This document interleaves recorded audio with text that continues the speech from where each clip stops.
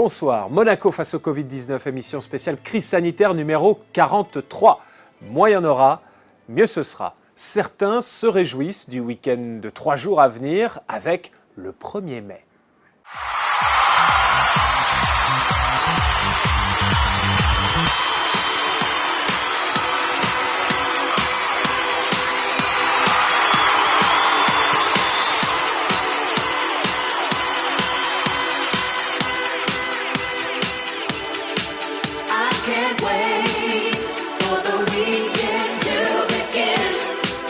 Alors je vous laisse leur dire que ce long week-end sera encore confiné. La quille, c'est pour lundi. Si, le déconfinement commence le 4. J'ai vu ça sur Monaco Info Kids.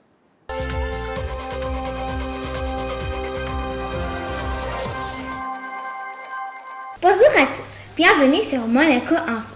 Merci de me retrouver pour cette édition spéciale concernant l'enseignement à distance. Monaco est un des plus beaux et meilleurs pays du monde qui dispose de très bonnes écoles. Attendez les enfants, et puis quoi encore? Vous faites des duplex aussi? Et nos correspondantes sur place vont nous expliquer la situation actuelle. Vanna, Lena, comment est la situation au bureau? Bonjour dans le studio. Cette semaine, on a pris la symétrie et révisé les tables de multiplication. Et à propos de table de multiplication, nous allons parler école ce soir. Au sommaire de votre émission, les lycéens de première et terminale ainsi que les étudiants de BTS reprendront le 11 mai. Les 6e et les 3e reprendront le 18, puis les CP et les CM2 le 25 mai. Tous les autres resteront à la maison jusqu'à la fin de l'année scolaire. Alors comment tout ça va se passer? Nous serons en duplex avec une famille de Monaco pour voir comment ils s'apprêtent ou non, en fonction des âges, à regagner l'école. Puis nous serons en duplex avec le directeur de l'Éducation nationale, jeunesse et sport. Comment vont fonctionner les demi-classes, les masques, les pique-niques, les évaluations? Nous ferons un point complet, c'est promis, sur cette reprise progressive de l'école avec Isabelle Bonal. Mais avant cela, le point info avec vous, Alexandra Pani.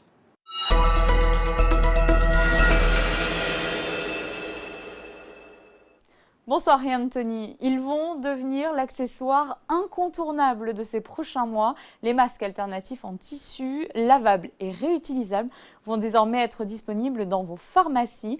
Une décision ministérielle en date du 29 avril autorise à présent la vente de ces produits dans les officines.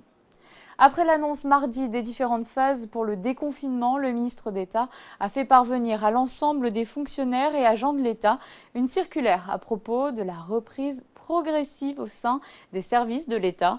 Pour revenir en quelques mots sur les grandes lignes de cette circulaire, la reprise s'effectuera donc le 4 mai de manière progressive. Le télétravail continue d'être favorisé le plus largement possible dès que cela est faisable. Concernant la garde d'enfants de moins de 16 ans, lorsqu'ils ne retournent pas à l'école, les parents bénéficient pour l'heure d'une autorisation exceptionnelle d'absence, sauf dans le cas où les deux parents sont fonctionnaires ou que l'un des deux est placé en chômage total temporaire renforcé. Concernant le fonctionnement des services, il est préconisé de limiter le nombre de personnes dans les locaux. Les plannings devront donc être aménagés pour permettre une rotation des effectifs. Pour les lieux accueillant du public, les mesures sanitaires devront être appliquées strictement et l'approvisionnement en hygiaphone et solutions hydroalcooliques est assuré sur demande du chef de service. Les déplacements professionnels à l'étranger ne seront pas autorisés pour le moment, sauf cas tout à fait particulier, uniquement sur autorisation du ministre d'État ou du conseiller concerné. Pour les réunions et rendez-vous, ils devront s'effectuer dans la mesure du possible par audio ou visioconférence. Les gestes barrières doivent être strictement respectés et le port du masque est recommandé. Si vous avez des questions, la direction des ressources humaines est là pour vous répondre au 98 98 98 60. De nombreux parents de jeunes enfants se sont posé la question à propos de la réouverture des crèches municipales. Ce mercredi, la mairie a tenu à apporter un point d'éclaircissement sur ce sujet. Pour l'heure, elles restent fermées. Leur éventuelle réouverture sera examinée à l'issue de la phase 2 du déconfinement début juin en fonction de l'évolution de la situation sanitaire. Et avant de refermer ce point info, nous avons appris mardi que la saison de Ligue 1 de football ne reprendra pas. Une décision qui touche directement l'AS Monaco, 9e du classement. La LFP se réunira jeudi pour étudier les conséquences sportives et économiques des mesures annoncées par le Premier ministre Édouard Philippe et décider formellement de l'arrêt de la saison 2019-2020. Merci Alexandra. Nous ouvrons à présent notre dossier scolaire. La reprise de l'école sera progressive à partir de lundi prochain. Et avant de faire le tour des mesures annoncées par le gouvernement hier, avec la directrice de l'Éducation nationale, nous allons faire un premier point auprès d'une famille de Monaco. Bonsoir Stéphanie de Werp-Massé. Bonsoir Yann Anthony. On vous avait déjà eu dans l'émission, je crois que c'était la semaine dernière, parce que vous anticipiez, vous appréhendiez ce retour à l'école et les annonces côté monégasque. Alors cette fois, vous êtes venu en force par Skype depuis chez vous. Vous avez Carolina qui est en 6e à votre gauche. Bonsoir Carolina. Vous avez Max à votre droite qui lui est en 3e. Alors les deux sont au collège Charles III. Et puis au fond du bus, à l'arrière, c'est Jack qui lui est en seconde au lycée Albert Ier. Bon, si je comprends bien, donc Carolina va reprendre, Max va reprendre, mais Jack lui ne va pas reprendre. Tranquille à la maison, il continue son télétravail. Bon, déjà le fait qu'il y ait cette différence, est-ce que ça va vous poser des problèmes? Non, a priori, Jack il est grand, vous, ça ne va pas vous poser de problème, ça? Non, pas du tout. Au contraire, ça va éviter peut-être un petit casse-tête, le bus ou la cantine. Au moins, là, il ne bouge pas et il continue tranquillement son télétravail. Alors, vous avez entendu Patrice Sellario, le ministre de l'Intérieur en charge de l'Éducation nationale, qui intervenait hier soir dans votre émission préférée, Monaco face au Covid-19. Qu'est-ce que vous vous êtes dit? Comment est-ce que maintenant vous anticipez le retour aux choses sérieuses pour vos enfants la semaine prochaine, à partir de la semaine prochaine? Écoutez, j'ai trouvé que toutes les mesures mises en place sont très positives. Elles ont été annoncées avec du jugement. À mon avis, il y a eu de la réflexion. Ici, on les accueille assez positivement. Nous, on est bien logés aussi parce que ceux qui vont ceux qui vont retourner au collège, ils y vont à pied, donc il n'y a pas de bus. Ils n'allaient pas à la cantine, donc pour nous, il n'y a même pas à penser cantine, pas cantine. Et d'après ce que j'ai entendu, ça serait dans des petits groupes. Donc, le collège est quand même un très grand bâtiment.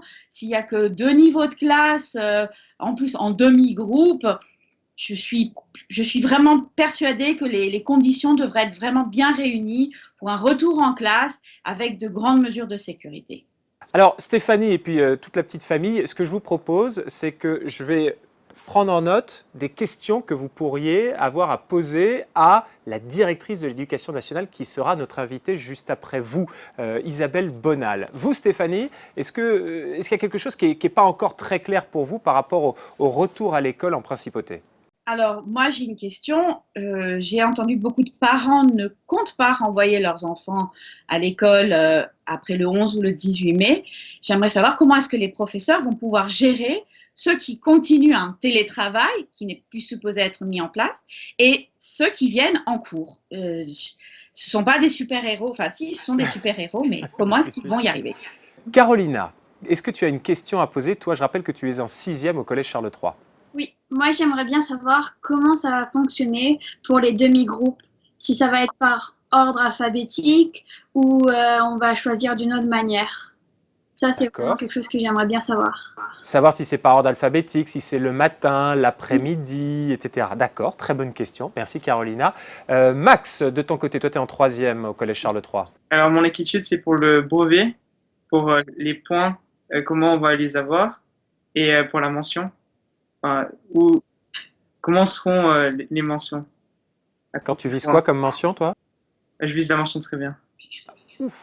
Très bien.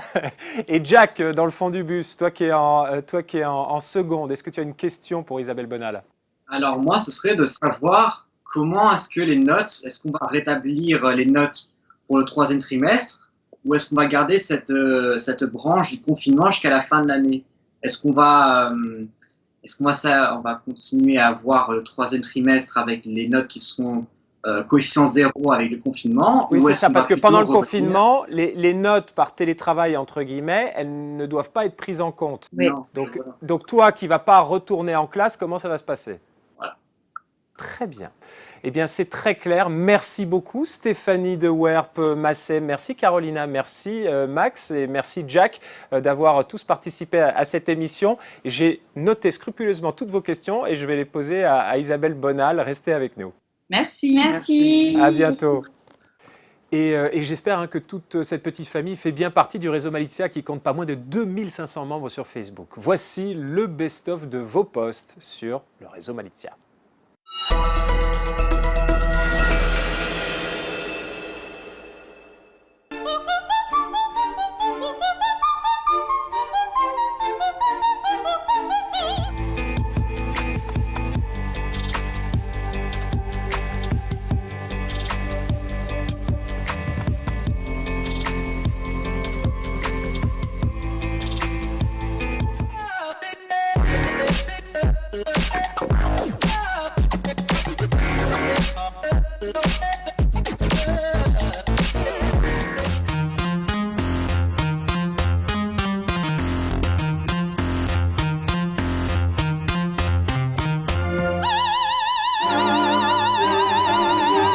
Bon, sur ce, où en sont nos deux petites journalistes en herbe?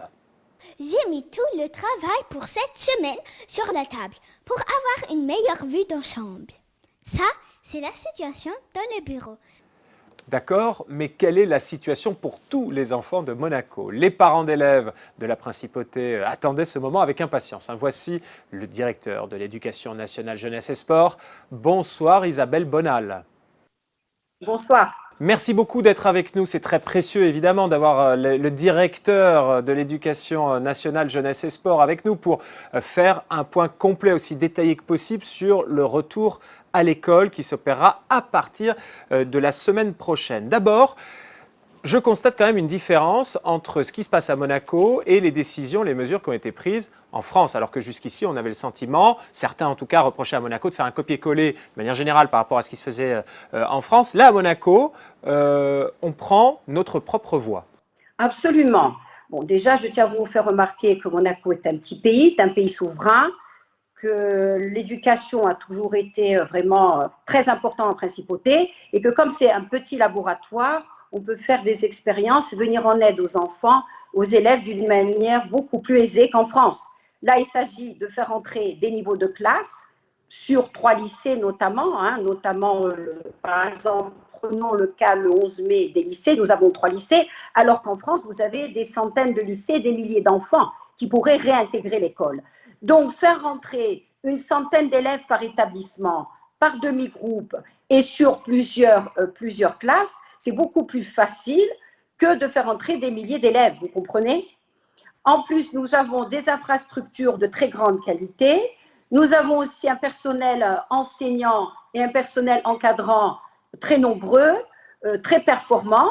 Donc, pourquoi ne pas faire profiter à nos enfants de tout ce qui est mis à la disposition de l'éducation en principauté? Message très clair et bien reçu. Alors, une différence notable entre ce qui se fait en France et ce qui se fait à Monaco, c'est que le retour à l'école en France ne sera pas obligatoire pour les classes concernées, alors qu'à Monaco, il le sera.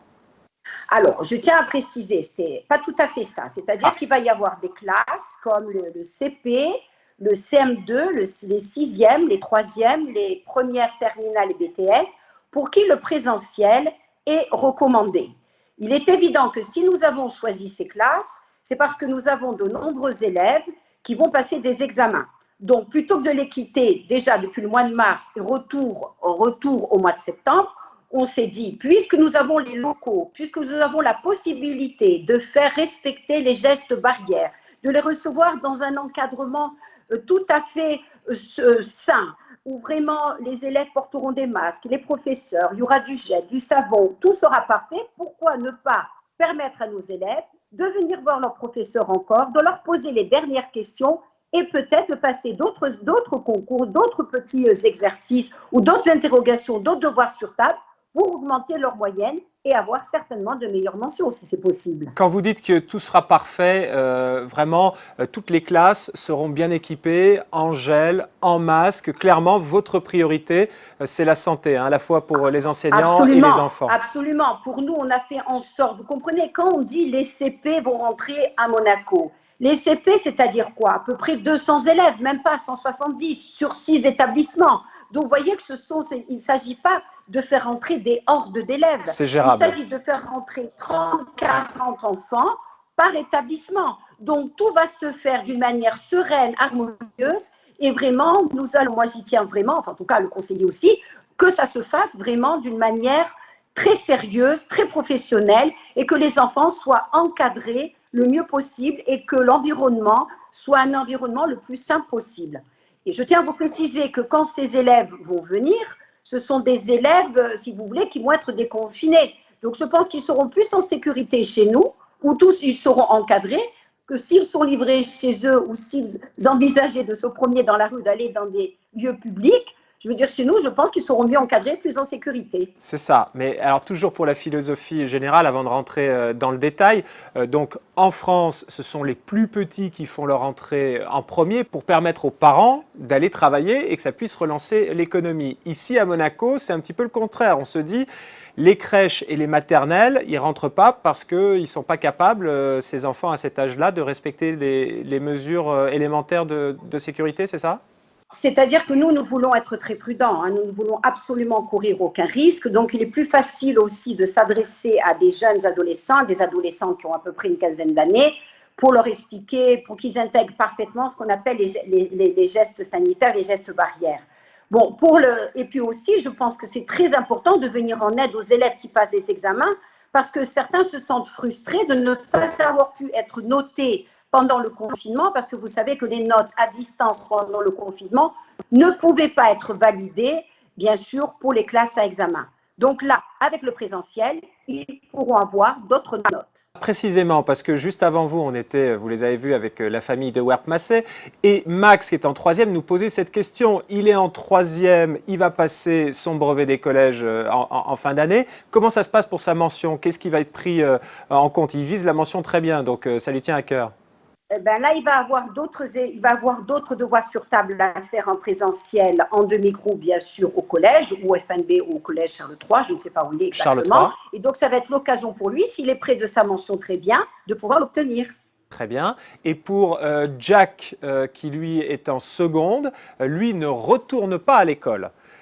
Or, c'est coefficient 0 pour toutes les notes pendant le confinement. Donc, sur quelle base il va être évalué pour le troisième trimestre ?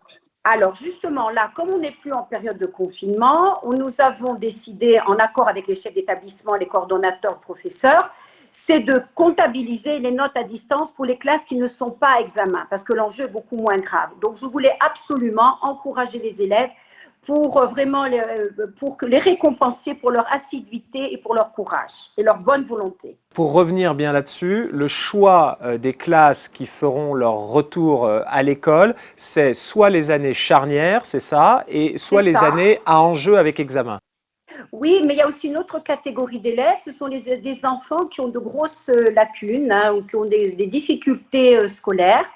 Donc, pour les enfants aussi handicapés ou qui ont des troubles 10, des enfants qui ont vraiment toute leur place dans nos établissements, ils apprécient beaucoup le lien avec leurs professeurs et donc ils ont besoin d'un encadrement privilégié par petits groupes de 5, de 7, parce qu'ils ont l'habitude d'être toujours en demi-groupe ou en petit groupe. Et c'est pour ne pas les laisser tomber parce que pour eux, c'est assez difficile l'enseignement à distance. Alors, ces petits groupes, ça c'est pour les élèves en difficulté, mais de manière générale, tous les enfants et toutes les classes qui vont réintégrer l'école vont fonctionner par demi-groupe. Alors ça, c'est aussi la question de Carolina.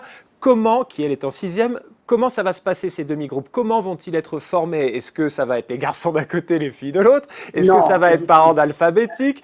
Comment ça va marcher? Alors là, je ne suis pas rentrée dans ce point de détail parce que je laisse quand même les chefs d'établissement gérer leurs établissements. Mais s'ils sont une classe de 24, eh bien, ce sera 2 groupes de 12. Mais bien sûr, il y aura des garçons et des filles. Et souvent, les groupes sont établis en fonction des langues vivantes qu'ils choisissent et des options. En termes de distanciation, donc il va falloir respecter à Monaco 1,50 m. De chaque côté. Il y aura 1,50 m de distanciation entre chaque table. Et ils devront porter le masque? Absolument. D'ailleurs, on nous a mis à disposition des masques. Je tiens à rassurer les parents. Ils sont tous arrivés. Moi, je ne porte pas de masque ici parce que je suis seule dans mon bureau. Sinon, je porte des masques quand je m'adresse à des gens. Les masques sont distribués au personnel, enseignants, non-enseignants, et aussi aux élèves. Nous avons aussi des gels et des savons qui sont mis à disposition. Donc, tout est fait pour accueillir dans les meilleures conditions les élèves. Et il y aura parfois même 2 entrées pour que les élèves ne se croisent pas. Il y aura un groupe le matin, un groupe l'après-midi? Comment ça va fonctionner? Tout à fait, c'est ça. Il y aura un groupe le matin, par exemple. Imaginons une semaine A, un groupe le matin viendra, puis un groupe B. La semaine d'après, si vous voulez, le groupe du matin viendra l'après-midi, le groupe de l'après-midi viendra le matin pour qu'il y ait une équité entre les différents groupes. Alors, si je comprends bien, ça veut dire que ce n'est même pas la peine qu'il y ait de cantine au milieu. Non, alors nous, franchement, on a préféré ne pas remettre en marche les cantines parce que, d'abord, vous savez que les cantines à Monaco ont beaucoup de succès. Et là, il aurait été très difficile de faire respecter l'écart d'1,50 m entre chaque table et nous ne voulons courir aucun risque. Pour les quelques élèves en difficulté qui seront présents, peut-être une dizaine ou une quinzaine, ils auront le loisir de porter un lunchbox. C'est eux qui l'amèneront de la maison et on fera en sorte de les faire déjeuner dans des conditions sanitaires absolument strictes et si possible sous le préau ou dans des classes ou dans des pièces aérées. Concernant les transports scolaires et dans les bus, comment ça va se passer pour la distanciation? Déjà, vous savez que dans les bus, le port du masque est obligatoire. Et je pense que là, ce n'est pas moi qui vais régler les bus, hein, bien entendu. Mais je crois qu'avec toute l'information qui a été faite par le gouvernement, je pense que les gens vont comprendre qu'il faut quand même respecter cette distanciation. Mais je ne pense pas que, dans la mesure où ils viendront en petite quantité, je veux dire, il y aura assez peu d'élèves, je ne pense pas que les bus vont être bondés. Parce qu'ils ne vont pas rentrer aux mêmes heures déjà. Par exemple, vous voyez, les premières et les terminales ne vont pas venir les mêmes jours. Donc, si les premières sont, par exemple, au lycée Albert Ier, en début de semaine viendront les premières et en fin de semaine, ce seront les terminales. Donc, je ne pense pas que les bus vont être pris d'assaut et bondés. Ça ne sera vraiment pas le cas. Isabelle Bonal, une question importante. Donc, étant donné que le présentiel sera important et fortement recommandé ici en Principauté, mais il y a quand même certains parents d'élèves, alors j'ai vu sur les réseaux sociaux, qui disent « je n'ai pas envie de renvoyer mon enfant à l'école ». Alors 2 questions. La première, est-ce que les enfants qui ne retourneront pas à l'école pourraient subir des sanctions? Et deuxième question, comment ça va se passer pour les professeurs qui auront certains écoliers ou certains étudiants qui seront en classe et d'autres qui seront chez eux? Bon, alors déjà, je tiens à rassurer les parents, on n'est pas envisageable de donner la moindre sanction à n'importe quel élève, hein. Je respecte tout à fait l'angoisse des parents, même s'il faut quand même reconnaître qu'à Monaco, le travail a été fait, c'est-à-dire que vraiment, on a quand même, on n'a pas une pandémie, enfin j'espère, je croise les doigts que ça continue ainsi. Vraiment, si le gouvernement a décidé de déconfiner, c'est qu'on a quand même des conditions sanitaires qui ne sont pas négligeables. Donc, bien sûr, aucune sanction. Et pour les élèves qui seront absents excusés, ils auront un accompagnement pédagogique qui sera fait par leurs professeurs. Donc, par exemple, ils auront les devoirs qui leur sont donnés chaque soir, ils auront des fiches pédagogiques qui leur sont données, parfois des capsules vidéo, et ils auront des entretiens 1 ou 2 fois par semaine avec leurs professeurs pour qu'ils puissent répondre à leurs questions et à tous des points de détail qui leur seront propres. Il y aura, si vous voulez, un accompagnement individualisé, mais qui ne ressemblera pas à l'enseignement à distance. C'est autre chose, là. Dans la mesure où vous avez du présentiel, vous êtes invité à venir vraiment en classe. Mais je respecte absolument le choix des parents et les enfants, bien entendu, seront accompagnés, mais d'une autre manière, mais en tout cas le plus sérieusement possible. Et les professeurs qui doivent à la fois gérer donc les enfants qui sont à l'école et les enfants qui restent à distance, ils font comment? Non, alors pour ces professeurs qui sont occupés matin et soir, il y aura d'autres professeurs qui se chargeront, notamment dans les lycées. Vous avez des professeurs principaux, vous avez plusieurs professeurs. Il y a des professeurs qui sont moins sollicités que d'autres, hein, parce que nous ne pouvons pas envisager de faire un enseignement en présentiel de toutes les matières, ni même un enseignement à distance de toutes les matières. Je me suis entretenue plusieurs fois avec le recteur de Nice. Il nous a dit qu'il faut voir les fondamentaux et privilégier bien entendu, toutes les matières qui seront à passer, que les élèves devront passer lors de leurs examens. Donc, d'autres professeurs se chargeront de cette mise au point et de ce suivi des élèves absents. Alors les parents qui vont retourner travailler, mais dont les enfants resteront à la maison et ils n'ont pas forcément l'âge pour rester seuls, comment ils vont faire ? Alors, bien sûr, il y a des cas de force majeure. Si vraiment si les parents d'élèves doivent absolument aller travailler parce qu'ils ne peuvent pas faire du télétravail, nous l'avons envisagé. À ce moment-là, on mettra à disposition des micro-garderies et ces élèves seront recueillis. Donc là, il faut que les parents se mettent en contact avec les chefs d'établissement, qu'ils justifient qu'aucun des deux parents n'est présent à la maison et les enfants seront accueillis non pas pour une simple garderie, mais ils auront aussi un suivi pédagogique comme il se doit. Pendant les vacances, est-ce que les centres aérés, je pense donc à partir du mois de juillet, vont être ouverts ? Alors oui, ils seront réouverts, bon, bien sûr en fonction de la pandémie. Si on continue, si c'est comme aujourd'hui, oui. Alors là encore, les tout petits ne seront pas accueillis, je ne préfère pas les 3, 4, 5 ans, mais je pense qu'on pourra l'ouvrir aux élèves de 6 ans jusqu'à 12 ans. Et là encore, bien entendu, un animateur pour 5 enfants. On va privilégier des animations plutôt individuelles, pas de sport collectif, pour que les enfants ne se touchent pas, ne se cognent pas, et ne puissent pas se contaminer les uns les autres. Et l'avantage du centre de loisirs qui est magnifique en principauté, c'est que c'est un centre aéré et que donc ils seront à l'air libre, ils ne seront pas confinés dans des salles.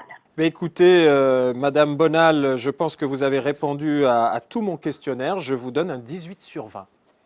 Je vous remercie. En tout cas, vraiment, je compte sur les parents pour nous faire confiance et sur les élèves. Tout sera mis à disposition pour que tout se passe bien. Et j'invite les parents à se rapprocher des chefs d'établissement en cas de problème. Et je suis toujours à la disposition de tout le monde. Merci. Félicitations du jury pour Isabelle Bonal, directeur de l'Éducation nationale, jeunesse et sport. Merci beaucoup pour ce point très complet. À bientôt. Au revoir. Merci. Allez, c'est l'heure des infos pratiques. Quel est le meilleur moyen pour organiser l'enseignement à distance? Le plus important est de commencer avec le plus difficile quand on a le plus d'énergie. Après la version Kids, voici à présent la version adulte. Quelles sont les infos pratiques, Alexandra Pani ?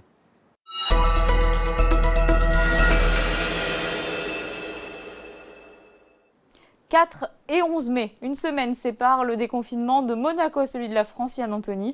Petit rappel alors pour les résidents monégasques qui sont amenés à se déplacer sur le territoire français jusqu'au lundi 11 mai. N'oubliez pas votre attestation de déplacement. Les contrôles seront renforcés aux frontières. Et pour répondre justement aux différentes interrogations liées à cette phase de déconfinement, le numéro et le site dédié au Covid-19 évoluent. Vous trouverez donc toutes les informations pratiques sur les nouvelles mesures annoncées mardi par le gouvernement sur le site www.covid19.mc ou n'hésitez pas à poser vos questions par téléphone au 92 05 55 00. Et bien que le début du déconfinement soit annoncé pour le 4 mai, les grands événements rassemblant du public ne pourront toujours pas avoir lieu dans ces prochaines semaines. Après avoir annulé le grand concert de Céline Dion prévu pour la mi-juillet sur la place du Casino, la Société des Bains de Mer a dû faire part également de l'annulation d'autres représentations prévues pour le mois de mai à l'Opéra Garnier. Les concerts de Catherine Ringer, de Magma avec l'Orchestre Philharmonique de Monte-Carlo et de David Hallyday n'auront pas lieu. On est désolé pour les fans. Les pauvres fans. Allez, pour retrouver le sourire, le best-of des réseaux sociaux.